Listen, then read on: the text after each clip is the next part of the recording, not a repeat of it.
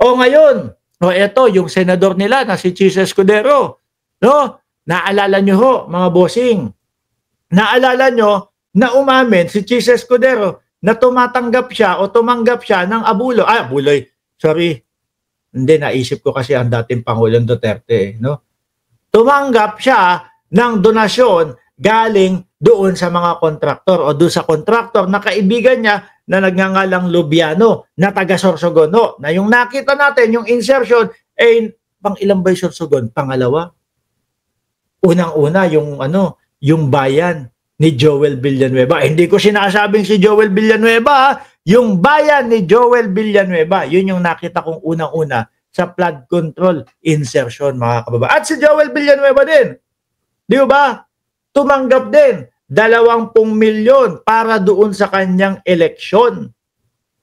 Di po ba, mga kababayan? Una, Chis, 30 milyon, no, para doon sa kanyang kandidatura. Alaga, 1434, shoutout sa iyo. Bawal daw ho yan. Tapos nasundan pa ni Boy Dila, ni Joel Villanueva, 20 milyones. Bawal na bawal daw ho, mga kababayan, ang tumanggap ng donasyon, no? Tapos gamit doon sa kanilang kampanya, galing doon sa mga government contractor. Mga bossing. Pero bakit sila tumanggap? Ano po ang magiging epekto nito, mga kababayan? No? Kapag ganun ang nangyari. Kaya po ipinagbabawal yan dahil maaari po na yung mga senador na yan, yung mga kung sakaling manalo, yung mga binigyan nila ng pera, ng donasyon na yan, sabi, oy, ako si Senator ganito, no? Ipanalo mo sa bid, ipanalo mo doon sa flood control project, etong kaibigan ko. Ganun na ang mangyayari niyan, mga bossing. Magkakaroon na ng padrino. Di ba? Hindi na magiging patas. Yung mga bidding-bidding na yan, yung mga gusto lang naman tumulong sa bayan ng Pilipinas, yung mga gusto lang naman gumanda ang Pilipinas, no? Kaya sila nakikisali sa bid at kumita ng kaunti. Mawawala sa eksena. Kasi nga, posible na pakitulungan mo to, eto na lang ang panalunin mo, no?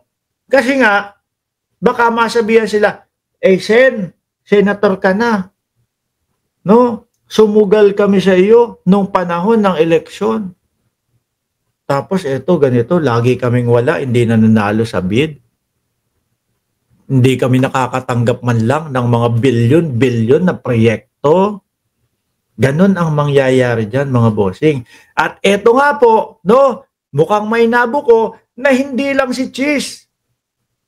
Ilan pang mga senatorial candidates ang tumanggap ng donasyon galing doon sa mga kontratista. Nako po, ang Senado. Nangunguna dito hindi lang umano si Senate President Chis Escudero ang tumanggap ng donasyon, no, mula sa kontratista ng gobyerno para sa eleksyon. Sa ulat, si Pangulong Bongbong Marcos, maisingit ko na ho.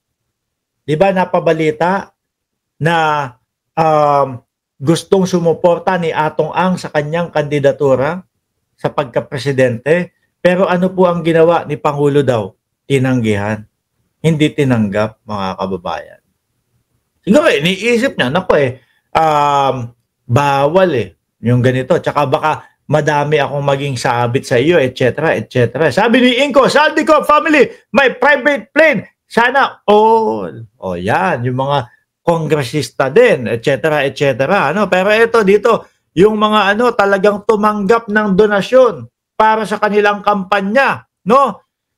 Sa ulat ni Dexter Ganibe sa agenda ng Bilyonaryo News Channel, lumabas sa pagsisiyasat ng Philippine Center of Investigative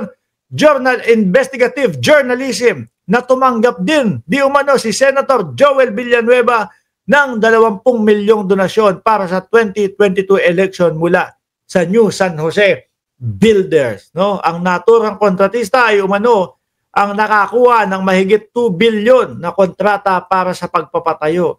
Malamang ho ako, mga kababayan, hindi lang ho itong dalawa na ito. Meron pa ho dyan mga bossing No?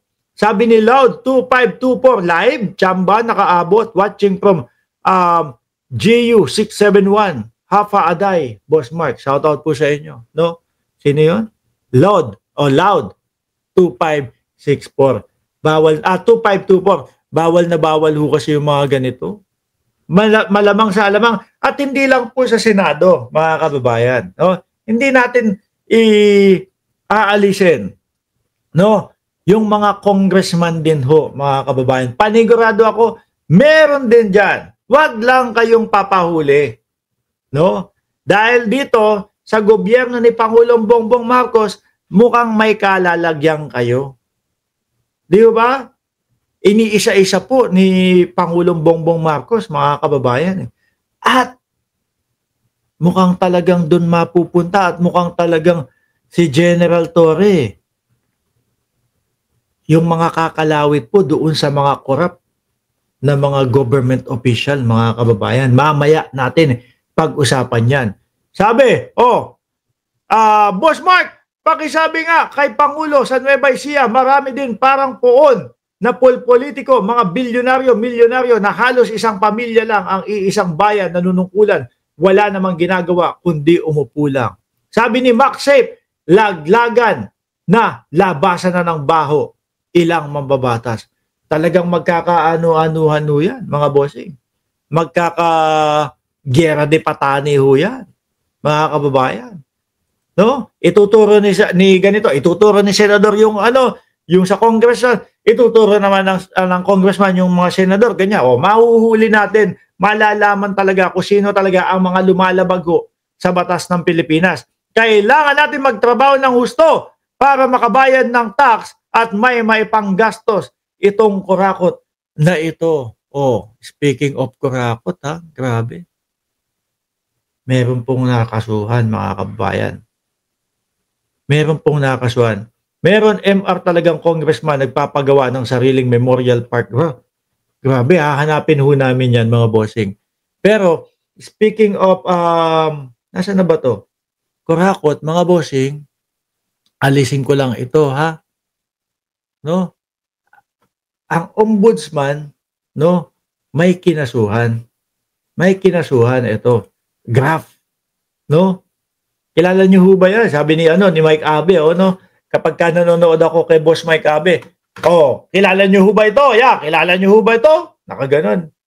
Ayan ho, yan ho si Alfonso Cusi, mga kababayan, na vice chairman ng PDP Laban. Ganon magpaliwanag si Boss Mike Abe,